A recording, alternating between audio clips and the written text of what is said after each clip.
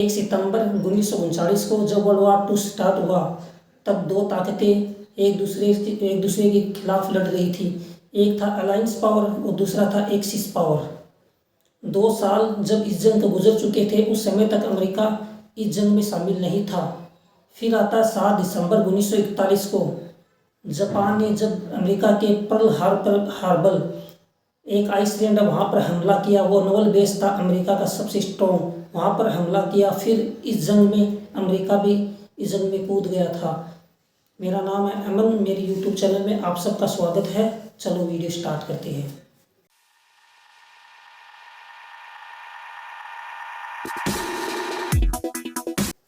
बात है 1 सितंबर 1939 को, जब वर्ल्ड वॉर 2 की शुरुआत हुई थी।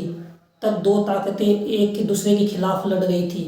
एक ताकत थी एक्सिस पावर, जिसके अंदर जर्मनी, इटली और जापान थे, और दूसरी तरफ थी अलायंस पावर, जिसमें सोवियत संघ, अमेरिका, ब्रिटेन, फ्रांस थे। जब शुरुआती जंग स्टार्ट हुई तो यूरोप के अंदर जर्मनी और इटली लड़ रहे थे, और एक था एशिया महाद्वीप जहाँ पर जापान लड़ रहा था। जापान इस समय तक अमेरिका इस जंग में शामिल नहीं था। अमेरिका ने जापान को कहा भी था, जिस पे तुमने कब्जा कर रखा है जिस देश में, उसे आप पीछे हट जाओ, नहीं तो आप पे सेंसर लगा देंगे। क्योंकि ज़्यादातर कोयला, ऑयल और गैस अमेरिका जापान को दे रहा था, क्योंकि वहाँ की जो ज़रूरत के 80% जो थे वो अमेरिका जापान को देता था। लेकिन जब जापान नहीं माना तो वो सेंसर लगवा दिए और काफ़ी देशों पर कब्जा कर लिया। फिर उसने सोचा कि इंडोनेशिया पर कब्जा करती है, फिर जितना भी रिसोर्स है वो अच्छी मात्रा में इंडोनेशिया के अंदर थे, तो वहाँ से हम जापान ले जाएंगे और युद्ध के आगे शुरुआत करते रहेंगे। लेकिन सब इंडोनेशिया पे कब्जा करने से पहले उन्हें फिलीपींस पे कब्जा करना ज़रूरी था। लेकिन फिलीपींस जो था वो अमेरिका के अधीन था, अमेरिका की कॉलोनी था वो। लेकिन वो जानता था अगर फिलीपींस पे हमला करेंगे तो अमेरिका ज़रूर कूदेगा इस जंग के अंदर। फिर जापान ने एक योजना बनाई। जापान के जो राजा थे हिरोहितो, उसने ये अपने सैनिकों को कहा और अपने जो सैनिकों को कहकर एक प्लान तैयार करने के कहा कि पर्ल हार्बर, जो अमेरिका का जो नोवल बेस है, जो सबसे बड़ा नोवल बेस है, उस पर हमला करने की एक योजना तय की। ये गुपचुप में एक योजना तय गई, जहाँ अमेरिका को भी पता नहीं था कि उसके साथ क्या होने वाला है। फिर अपने 6 एयरक्राफ्ट, 350 से ज़्यादा bomber fighter jet Pearl Harbor की तरफ ले गए, क्योंकि जापान और पर्ल हार्बर की दूरी 8000 किलोमीटर थी। लेकिन उस वक्त ऐसे फाइटर जेट और बॉम्बर नहीं थे वो इतनी दूरी तय कर ले। फिर उनको एयरक्राफ्ट में रखा गया। जब पर्ल हार्बर से दूरी सिर्फ 300 किलोमीटर रह गई, तब जापानी फाइटर जेट, बॉम्बर वहाँ से टेक ऑफ किए और पर्ल हार्बर पर इतने बम बरसाए, इतना नुकसान किया वहाँ की कि उसका पूरा नेवल बेस अमेरिका का पूरा लगभग ख़त्म कर दिया गया। अमेरिका को काफ़ी नुकसान हुआ पर कम से कम 2500 उनके जो सैनिक थे वो ख़त्म हो गए। लगभग 300-350 फाइटर जेट जो ग्राउंड पर थे वो भी ख़त्म हो गए, उनके एयरक्राफ्ट ख़त्म हो गए, उसकी सबमरीन डेस्ट्रॉयड, सबको तबाह कर दिया था। 1 घंटे तक ये जंग चली, उसके अंदर उसने जापान ने सब कुछ ख़त्म कर दिया था। फिर आगे जो हैरी ट्रूमैन, जो अमेरिका का प्रेसिडेंट था, उन्होंने युद्ध की घोषणा कर दी और अमेरिका भी इस युद्ध के अंदर अब कूदा 2 साल बाद। समय शुरू होता है 1945 के अंदर। 6 साल से ये जंग चली जा रही थी और यूरोप में जंग खत्म हो चुकी थी, क्योंकि जर्मनी और इटली जंग हार चुके थे और दोनों तानाशाही की भी मौत हो चुकी थी। सिर्फ एक बचा था अब, वो था जापान, जो एशिया महाद्वीप पे तरफ लड़ रहा था। लगभग वो भी हार के कंगार पर था, लेकिन वो सरेंडर करने के मूड में बिल्कुल भी नहीं था। उस समय अमेरिका ने जुलाई के अंदर एक न्यूक्लियर बॉम्ब का टेस्ट किया था और उसने एक परमाणु हथियार को विकसित कर लिया था।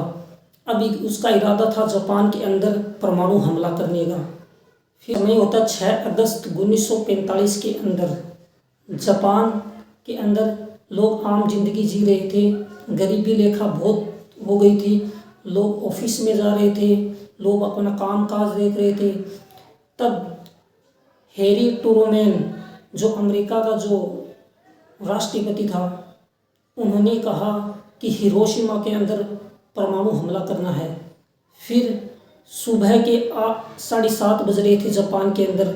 जापान वालों को तो कुछ पता भी नहीं था उनके साथ कुछ घंटों बाद क्या होने वाला है। वो नॉर्मल ज़िंदगी जी रहे थे, कुछ ऑफिस में जा रहे थे, कुछ कामकाज की तलाश में जा रहे थे, कौन अपने परिवारों के साथ खेल रहा था। जब 7:30 बजे वहाँ पर तो एक फाइटर जेट उड़ के आता है हिरोशिमा शहर के आसमान के ऊपर। जो जापानी रडार है उनको पकड़ लेते हैं। हिरोशिमा शहर के अंदर एक सायरन बाजने लग जाता है, लोग बंकर के अंदर चले जाते हैं। फिर थोड़ी देर पता चला कि वो एक मौसम की जानकारी लेने वाला प्लेन था। अभी तक उनको पता नहीं कि कुछ देर बाद क्या होने वाला है।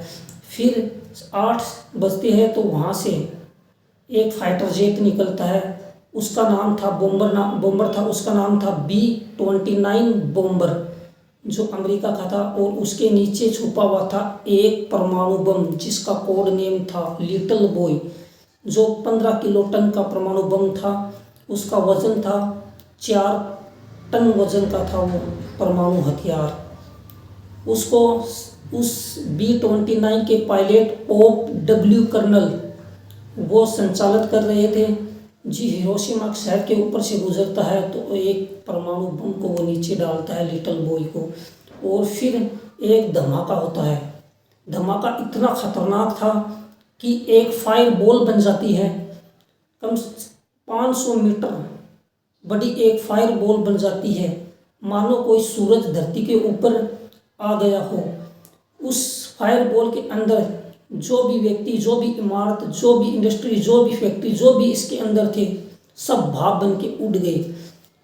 और इतना नुकसान हुआ कि 80,000 लोग तुरंत इस शहर के ख़त्म हो गए और 80% इमारतें तबाह हो गई थी।